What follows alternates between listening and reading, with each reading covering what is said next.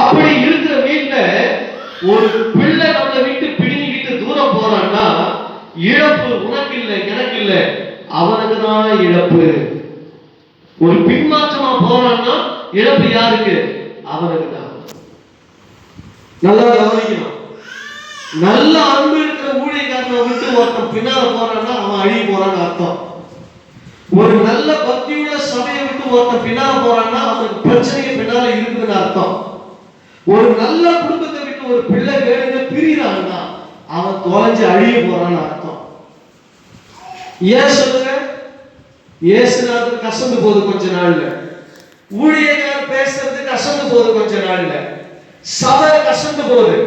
ஆனா எல்லாமும் இருக்குது யார்கிட்ட? அந்த தகப்பன் கிட்ட. ஆனா இந்த இளையவன் என்ன செய்யறான்? நீ கொடுத்த சந்தோஷம், மகிழ்ச்சி, பாதுகாப்பு, பொறுப்பு எல்லாம் ரைட்டு தான். ஆனா நான் துன்மார்க்கமாய் வாழ முடியல. நான் தூரமா போயிட்டேன்னா என் இஷ்டப்படி நான் வாழ்வேன். என்ன ஆகுது? பின்மாற்றத்தின் ஆவி. ரட்சிப்புக்குள்ள இருந்தவன் யாராக மாறுகிறான்? இப்போ பின்மாற்றக்காரனாக மாறுகிறான். கர்த்தரை விட்டு விலகுகிறவனாக, திருச்சபையை விட்டு விலகுகிறவனாக, நல்ல தகப்பனை, ஆவிக்குரிய தகப்பனை விட்டு விலகுகிறவனாக, நல்ல தேவனை ஆராதிக்க விலகுகிறவனாக இவனுடைய குணம் மாறி இப்ப துன்மார்க்கமாய் ஜீவனம் பண்ண ஆரம்பிச்சான்.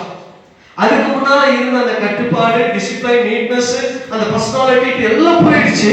இப்ப துன்மார்க்கமாய் ஜீவனம் பண்ணி இப்ப இவன்கிட்ட இருந்த ஆஸ்திகள் எல்லாம் என்ன போச்சு? குறைவுபட தொடங்கிட்டு அழிச்சு போச்சு. மொத்த காலி. இப்ப இருந்ததெல்லாம் வித்து வித்து வித்து வித்து இவன் செலவு பண்ணி ஜாலியா வாழ்ந்துட்டான்.